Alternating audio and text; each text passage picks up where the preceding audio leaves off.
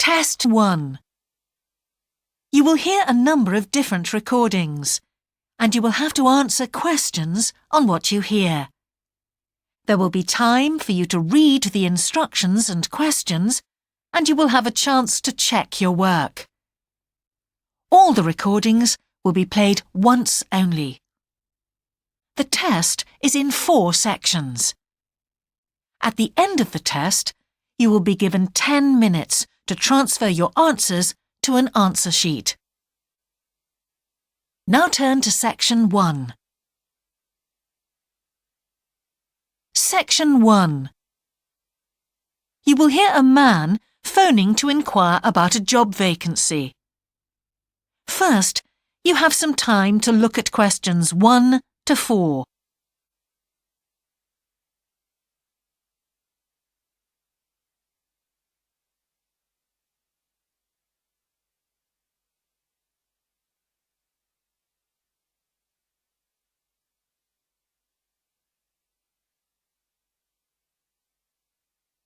You will see that there is an example that has been done for you. On this occasion only, the conversation relating to this will be played first.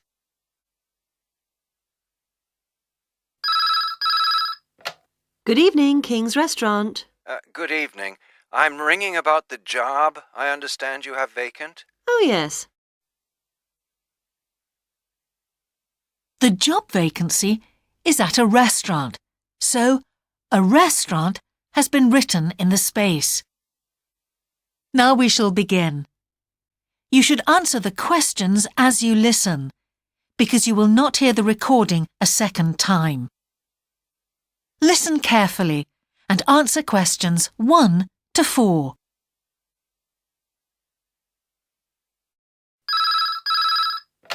Good evening, King's Restaurant. Good evening. I'm ringing about the job I understand you have vacant. Oh, yes. I'd like to find out a few more details, if I may. Yes, of course. Can I take your name? It's Peter Chin. OK, Peter. Well, if you want to ask about the job, and then if we're both still interested, we could arrange for you to come for an interview. Great, thanks. I'm afraid I missed the advert for the job, but heard about it from a friend. That's no problem at all. What would you like to know? Well, what sort of work is it? Washing up? It's answering the phone. Oh, right, fine. And not waiting at table. That'd be good. And how many nights a week would it be? Well, we're really only busy at the weekend. So 2 nights? 3, actually, so it would work out at 12 hours a week. That'd be fine. It wouldn't interfere with my studies. Are you at the university? Yes, first-year physics student. Oh, right. And because I'm not an EU national, would I need a work permit? Yes, you would. Just get your tutor to sign it. That wouldn't be a problem if I were to get the job. Where exactly is the restaurant?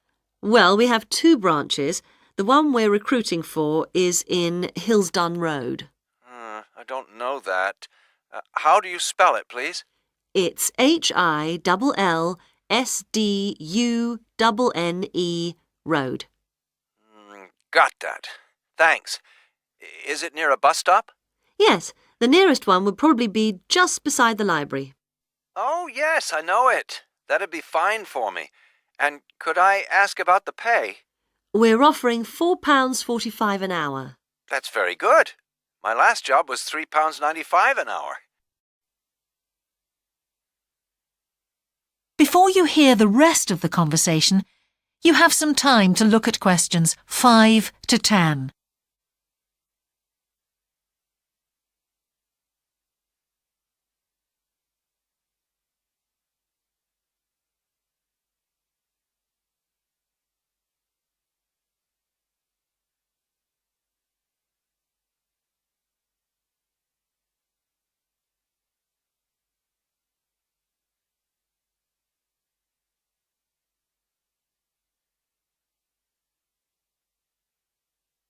Now listen and answer questions 5 to 10.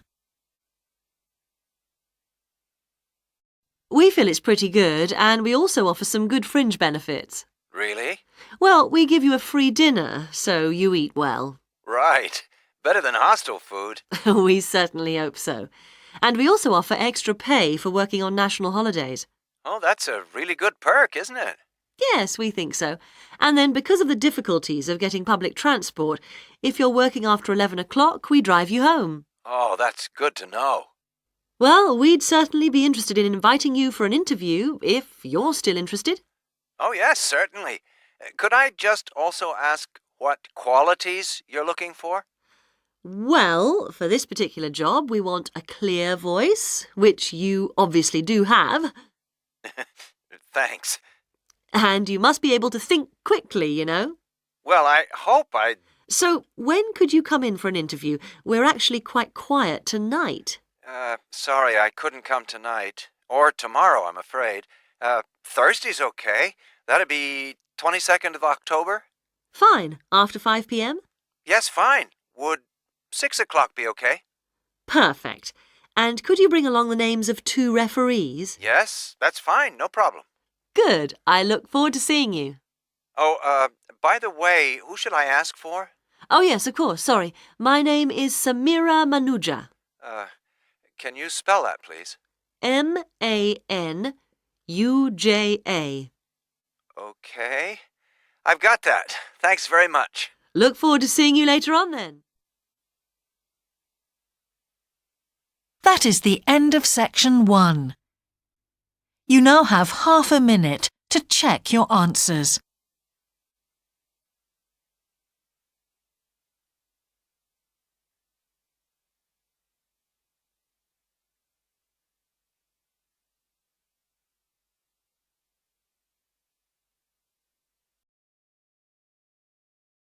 Section 2.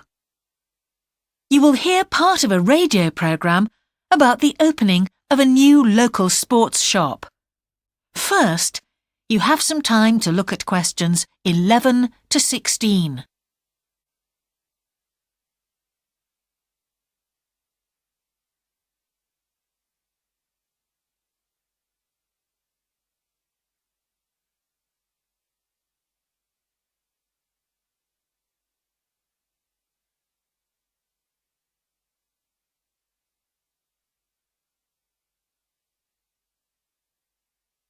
Now listen carefully and answer questions 11 to 16. Now we go to Jane, who is going to tell us about what's happening in town this weekend. Right, thanks, Andrew. And now on to what's new. And do we really need yet another sports shop in Bradcaster? Well, most of you probably know Sports World, the branch of a Danish sports goods company that opened a few years ago. It's attracted a lot of custom, and so the company has now decided to open another branch in the area. It's going to be in the shopping centre to the west of Bradcaster, so that will be good news for all of you who found the original shop in the north of the town hard to get to. I was invited to a special preview, and I can promise you, this is the ultimate in sports retailing. The whole place has been given a new minimalist look with the company's signature colours of black and red. The first 3 floors have a huge range of sports clothing as well as equipment. And on the top floor, there's a cafe and a book and DVD section. You'll find all the well-known names, as well as some less well-known ones. If they haven't got exactly what you want in stock, they promise to get it for you in 10 days. Unlike the other store, where it can take up to 14 days. They cover all the major sports, including football, tennis and swimming. But they particularly focus on running, and they claim to have the widest range of equipment in the country. As well as that, a whole section of the 3rd floor is devoted to sports bags, including the latest designs from the States. If you can't find what you want here, it doesn't exist. Before you hear the rest of the programme, you have some time to look at questions 17 to 20.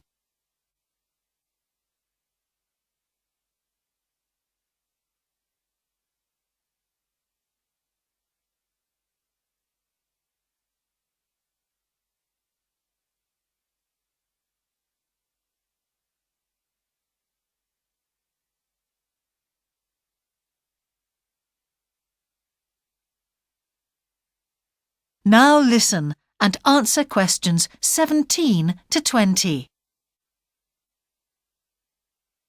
The shop will be open from 9 a.m. this Saturday, and if you go along to the opening, then you'll have the chance to meet the national 400 metres running champion Paul King, who's coming along to open the shop.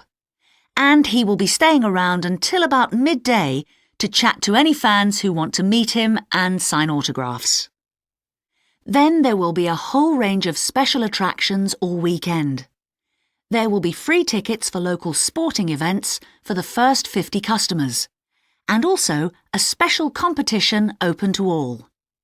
Just answer 15 out of 20 sports questions correctly to win a signed copy of Paul King's DVD Spring Tips, while the first person to get all the questions correct gets a year's free membership of the Bradcaster Gym.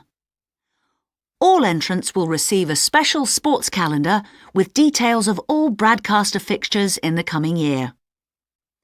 One of the special opening offers is a fitness test, a complete review of your cardiac fitness and muscle tone, actually done in the shop by qualified staff. This would normally cost £30, but is available at half price for this month only. There are only a limited number of places available for this, so to make a booking, phone 560 341.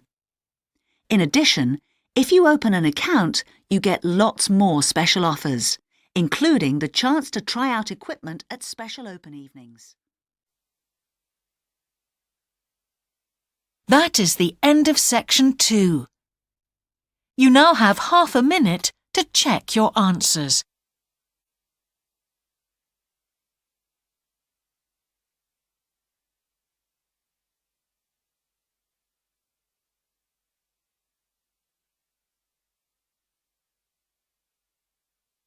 Section 3. 2 overseas students called Spiros and Hiroko have just finished the first semester of their university course. They are discussing with their English language teacher how they coped with the course. First, you have some time to look at questions 21 to 25.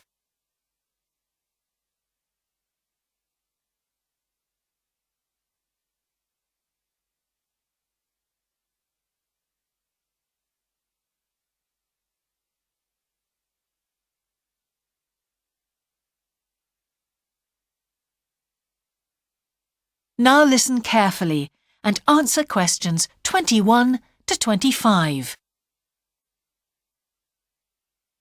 Before we start, Spiros and Hiroko, thanks for coming in today to talk about your recent study experiences, and congratulations to you both in doing so well in your first semester exams. Thank you. I'd like to discuss with you the value of the English for Academic Purposes course you did here last year before starting your university course. Spiros, if I could start with you, what parts of the program have now proved to be particularly valuable to you? I think that having to do a seminar presentation really helped me. For example, a couple of weeks ago in our marketing subject, when it was my turn to give a presentation, I felt quite confident. Of course, I was still nervous, but because I had done one before, I knew what to expect. Also, I know I was well prepared, and I had practiced my timing.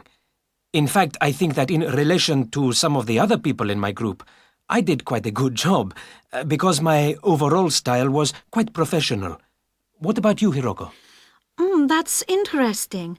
In my group, I was really surprised by the way the students did their presentations. They just read their notes aloud. Can you believe that?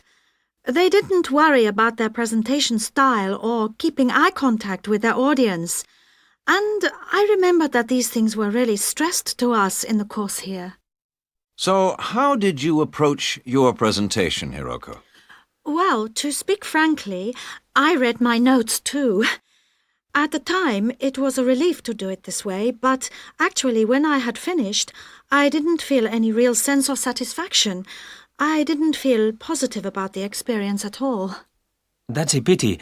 You know, although I was pleased with my presentation, I am not so pleased with my actual performance right now in the tutorials. During the whole semester, I've not said anything in our tutorial discussions. Not a word. Really, Spiros? Why's that? Do the other students talk too much? It's partly that, but it's mostly because I have had no confidence to speak out. Their style of speaking is so different. It's not the style we were used to during the course. They use so many colloquialisms. They're not very polite, and sometimes there seems to be no order in their discussion. Also, they are very familiar with each other, so because they know each other's habits, they can let each other into the discussion. You're right, Spiros. I have experienced that too. Before you hear the rest of the conversation, you have some time to look at questions 26 to 30.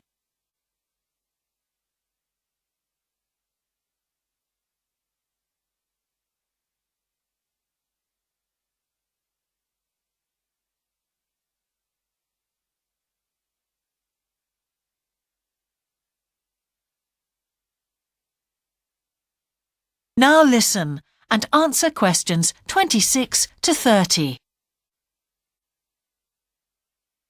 For most of this semester, I've said absolutely nothing in tutorials. But recently, I've been trying to speak up more, and I just jump in. And I've noticed an interesting thing. I've noticed that if they thought my point was interesting or new, then the next time they actually asked for my opinion. And then it was much easier for me to be part of the discussion. Oh, that's great, Hiroko. I hope that happens for me next semester. I'll have to work hard to find some interesting points. What helped you to find these ideas? I think that one thing that helped me with this was the reading. I've had to do so much reading this semester just to help me make sense of the lectures. At first, I couldn't understand what the lectures were talking about, so I had to turn to the books and journals. Every night I read for hours, using the lists of references that were given, and I made pages of notes. At breakfast, I read and read my notes again. This habit has helped me to follow the ideas in the lectures, and it's also given me some ideas to use in the tutorials. But I did so much reading anyway. I don't think there's any time left over for anything extra. My reading speed is still quite slow, though I'm much better at dealing with vocabulary than I used to be. What else do you think we could add to the course program to help with this reading problem? There's not really anything because it's my problem. I remember we were given long articles to read. We didn't like that, but now I realize that reading those long articles was good preparation for the things I need to read now. Also, in class, we regularly had speed reading tasks to do, and we kept a record of our reading speed, so the teachers were encouraging us to work on that. That's true, Spiros, but what we read could have been different.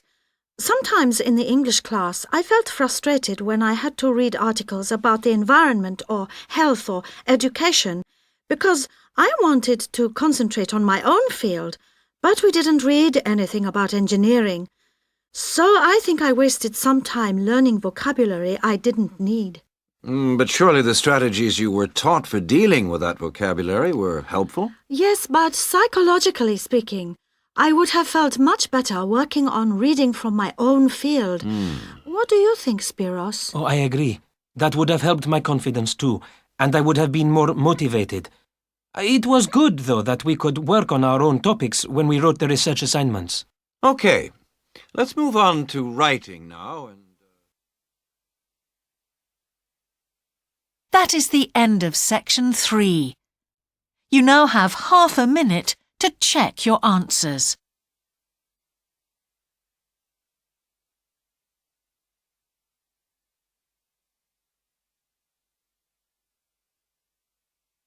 Section 4. You will hear part of a lecture about a problem related to the behaviour of certain sea creatures. First, you have some time to look at questions 31 to 40.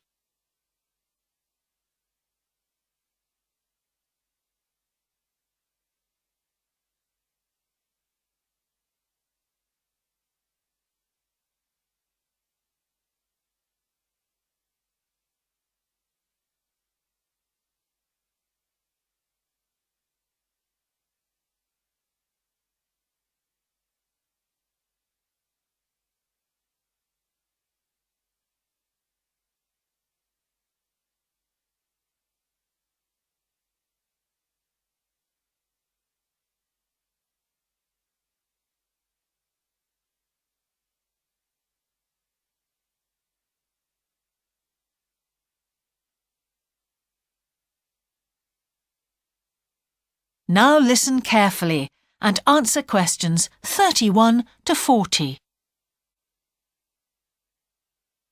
Good afternoon, everyone. Well, with some of you about to go out on field work, it's timely that in this afternoon's session I'll be sharing some ideas about the reasons why groups of whales and dolphins sometimes swim ashore from the sea right onto the beach and, most often, die in what are known as mass strandings. Unfortunately, this type of event is a frequent occurrence in some of the locations that you'll be travelling to, where sometimes the tide goes out suddenly, confusing the animals.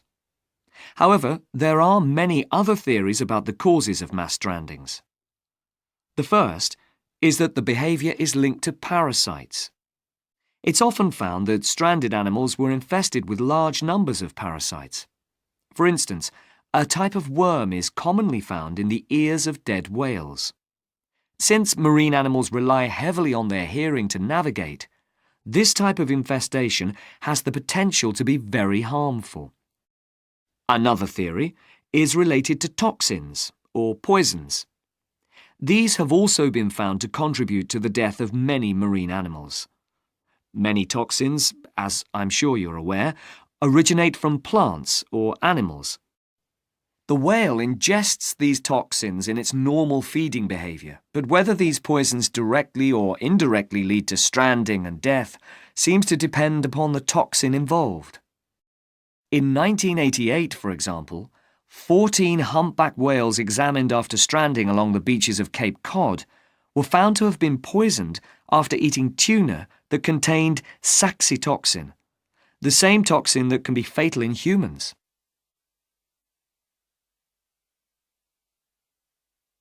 Alternatively, it has also been suggested that some animals strand accidentally by following their prey ashore in the confusion of the chase.